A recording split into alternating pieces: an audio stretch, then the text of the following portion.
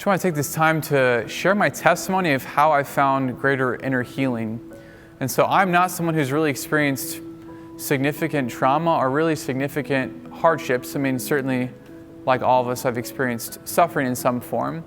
But I just want to share how I've found inner healing. And so maybe there's some of you who have experienced something significant, and so there might be something you can learn here. I think the value in my testimony is that it shows how all of us, even those who maybe don't think we normally need inner healing, actually do. So I want to share the story of how I found greater freedom in my own life. The first way I found greater freedom in my life is through focusing on my identity. The first step in that was realizing ways I'd falsely put my identity in other things, and then coming to accept my true identity in Christ. So something significant about my story is that in high school, just going through life, in high school, it took me a while to really hit my growth spurt. And so even at the end of my junior year, some of you who know me might remember, it was just very small. And even my own twin sister probably had about 5 or 6 inches on me. And so people were very nice to me in high school. I got along with people. But there was still that deeper insecurity in me. And so moving forward, there'd be ways I would try to make up for that insecurity that I felt. The reality is that we all have insecurities, and even what I'm saying doesn't probably fully capture why I had insecurities, but that's one thing I can point to. And so as I went forward, I was very motivated and driven. And so it's not bad to be motivated or driven, but a lot of that motivation and drivenness was actually from a place of trying to address my insecurities. It was trying to make up for where I lack. And so the first thing I falsely put my identity in would be my health or my physical fitness. I had some brothers that started taking me to work out and to weight lift. And so that was good because it, helped bulk me up some. But a lot of that was coming from this place of trying to address my insecurity. And so it wasn't always from a place of, I want to be healthy, but it was trying to make myself more valuable through being strong, from trying to be muscular. And moving forward, there was other ways as well.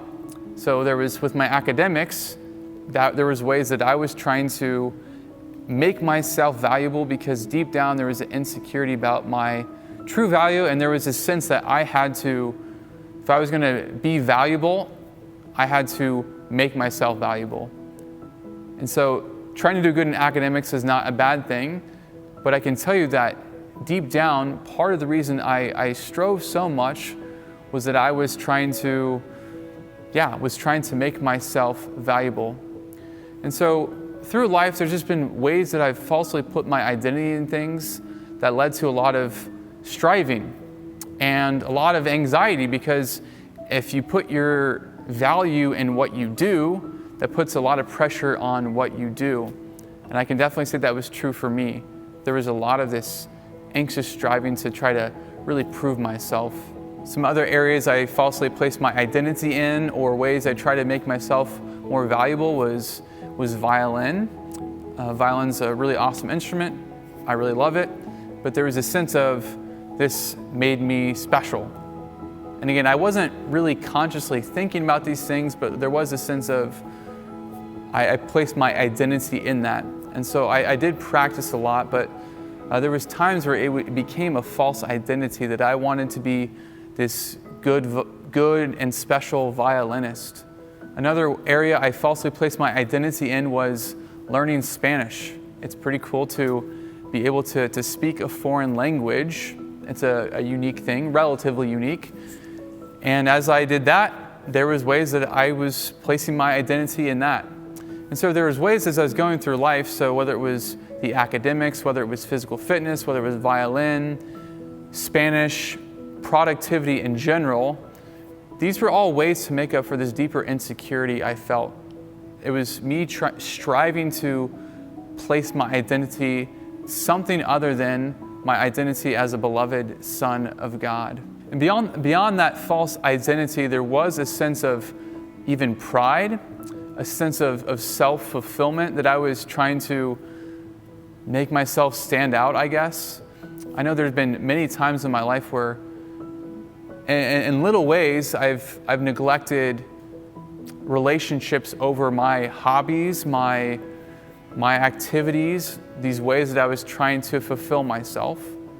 And if I could go back in time, I would still try hard in academics, I would still work out, I would still play the violin, I would still learn Spanish, but I wouldn't do it from this place of trying to make myself more valuable.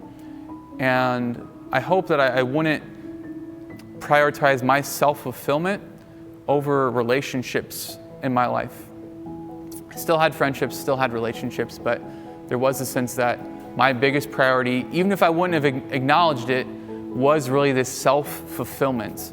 After clearing out false identities, I came to be able to receive my true identity as a beloved son of the Father.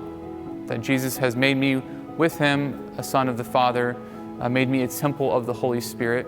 For so much of my life, that whole being a beloved son of God thing was just so corny and so cheesy. It didn't really mean anything. It was just something that you were supposed to say. It didn't really resonate with that at all. But as I came to see how these false identities really led to this striving, this anxiousness, this fear-driven motivation, I came to see a need for that true identity. That no matter how well I did, how well I performed, what I accomplished, how productive I was, that really didn't change my value. And so I would still go on to do many of the things I did before, but it wasn't from a place of I'm trying to prove myself. It wasn't a place from self-fulfillment.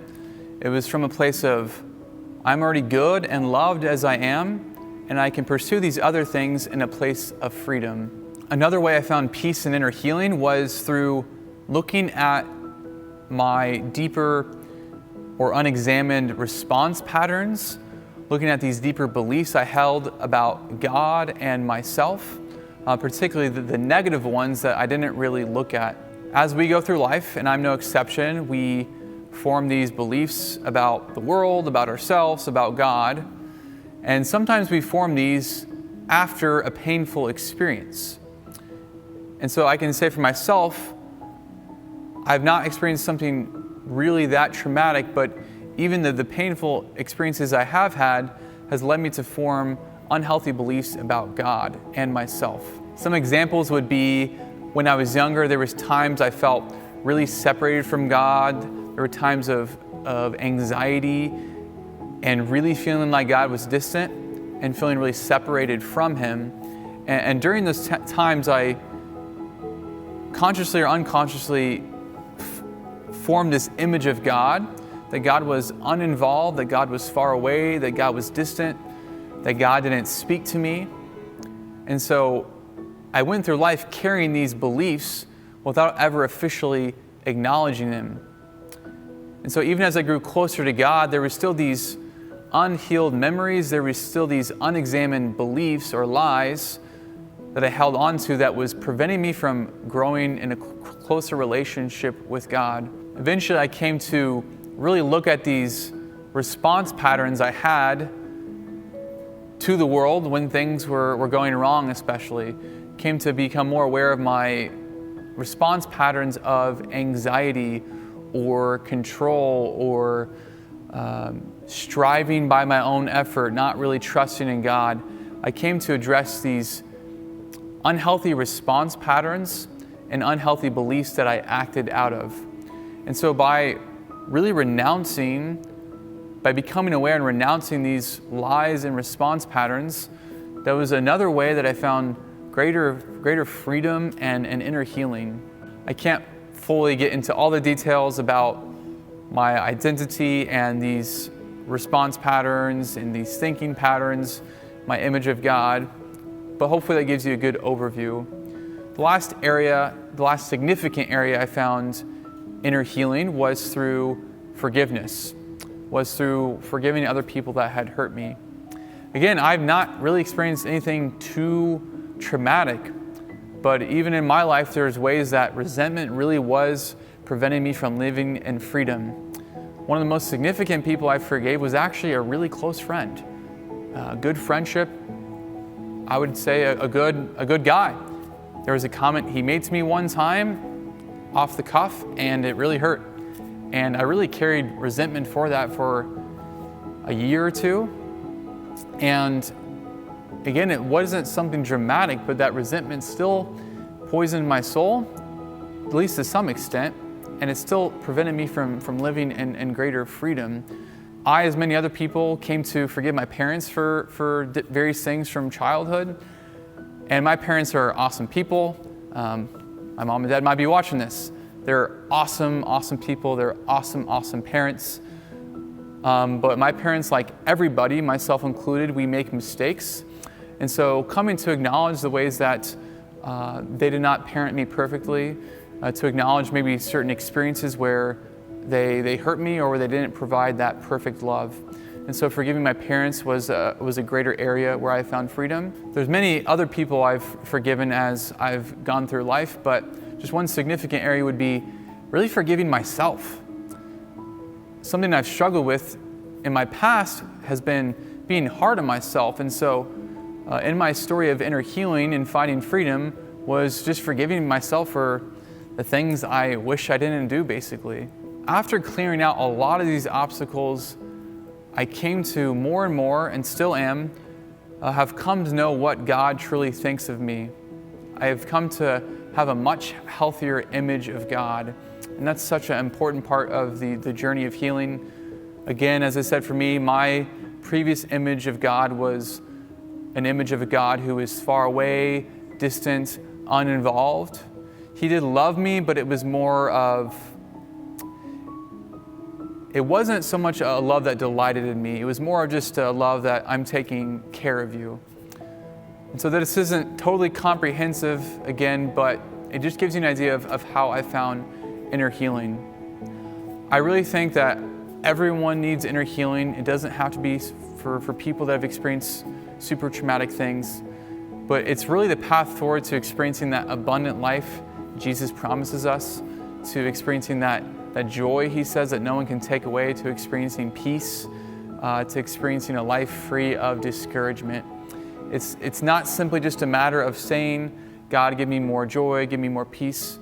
That's not unimportant, but this work of really examining our image of God, examining our image of ourself, examining these undiscerned thinking patterns and response patterns. These are ways that we come to clear these obstacles to receive God's love in a deeper way. So I hope through this video you have the courage just to go deeper into this journey of inner healing with the Lord. I'll include also some links to resources that can help you out.